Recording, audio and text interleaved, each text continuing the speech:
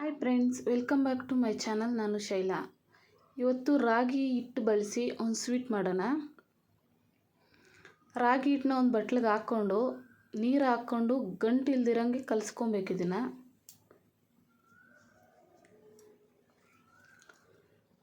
ಒಂಚೂರು ಗಂಟು ಇಲ್ದಿರಂಗೆ ಕಲಿಸ್ಕೊಳ್ಳೋಣ.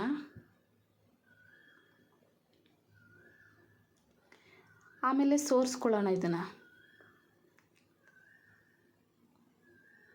ನೀಟಾಗಿ ಎಲ್ಲನೂ ಸೋರಿಸ್ಕೊಂಡು ನೋಡಿ, ಈ ಥರ ಸೋರಿಸ್ಕೊಬೇಕು.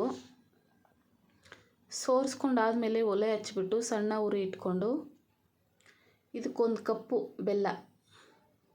ಬೆಲ್ಲ ಬಳಸ್ತಾ ಇದ್ದೀನಿ, ಸಕ್ಕರೆ ಬಳಸ್ತಾ ಇಲ್ಲ ನಾನು. ಚೆನ್ನಾಗಿ ಕಲಿಸ್ಕೊಳ್ಳೋಣ. ಒಂಚೂರು ಗಂಟಿಲ್ದಿರಂಗೆ ಮಿಕ್ಸ್ ಮಾಡ್ತಾ ಇರಬೇಕು, ಕಲಿಸ್ತಾನೆ ಇರಬೇಕು, ಇಲ್ಲಾಂದರೆ ಗಂಟು ಹಾಕ್ಬಿಡುತ್ತೆ. ನೋಡಿ, ಈ ಥರ ತಿಕ್ನೆಸ್ ಬರುತ್ತೆ. ಸಣ್ಣ ಉರಿನೇ ಇಟ್ಕೊಬೇಕು.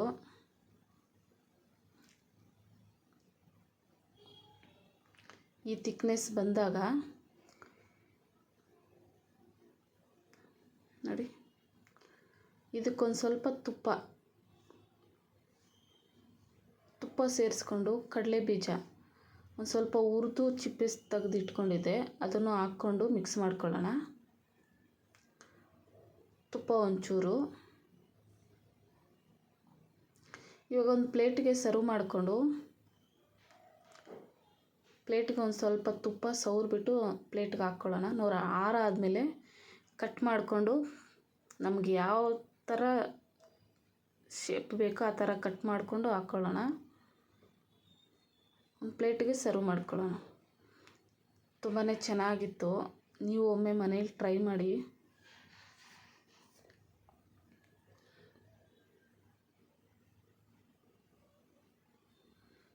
ಹೆಲ್ತ್ಗೂ ತುಂಬಾ ಒಳ್ಳೆಯದು. ಮಕ್ಕಳಿಗೆ ದಿನಕ್ಕೊಂದೊಂದು ಕೊಟ್ಟರು. ಇಷ್ಟ ಆಗಿದ್ರೆ ಸಬ್ಸ್ಕ್ರೈಬ್ ಮಾಡಿ, ಶೇರ್ ಮಾಡಿ, ಲೈಕ್ ಮಾಡಿ. Thank you.